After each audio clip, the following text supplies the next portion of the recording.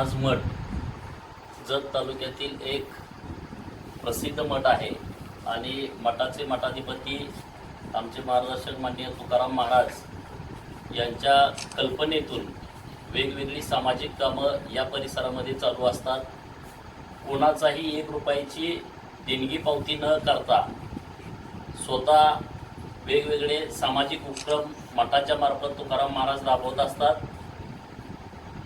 निसर्गाची अवकृपा झाल्यामुळे प्रचंड दुष्काळाची परिस्थिती जत पूर्व भागामध्ये सध्या दिसून येते आणि अशा परिस्थितीमध्ये 5000 जनावरांची छावणी चालू करण्याचा मानस संकल्प महाराजांनी केलेला आहे आणि त्यांच्या या संकल्पास माझ्या हार्दिक शुभेच्छा आहेत। त्यांचं अभिनंदन आहे की इतकी माणुसकी आणि इतकी सामाजिक बांधिलकी त्यांच्याकडे आहे आणि अशीच सामाजिक बांधिलकी प्रत्येक जबाबदार व्यक्तीकडे असावी।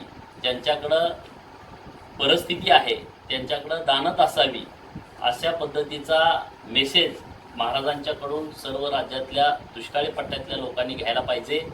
असंच काम टँकरसुद्धा आज गुड्डापूरला दानम्मा देवीची यात्रा होती आणि या यात्रेमध्ये शेकडो टँकर महाराजांच्याकडून देण्यात आले होते आणि उद्या दुष्काळाच्या परिस्थितीमध्ये जत तालुक्यामध्ये सुद्धा महाराजांच्या या मठाच्या वतीनं टँकर देण्याची व्यवस्था सुद्धा तुकाराम महाराजांनी केलेली आहे।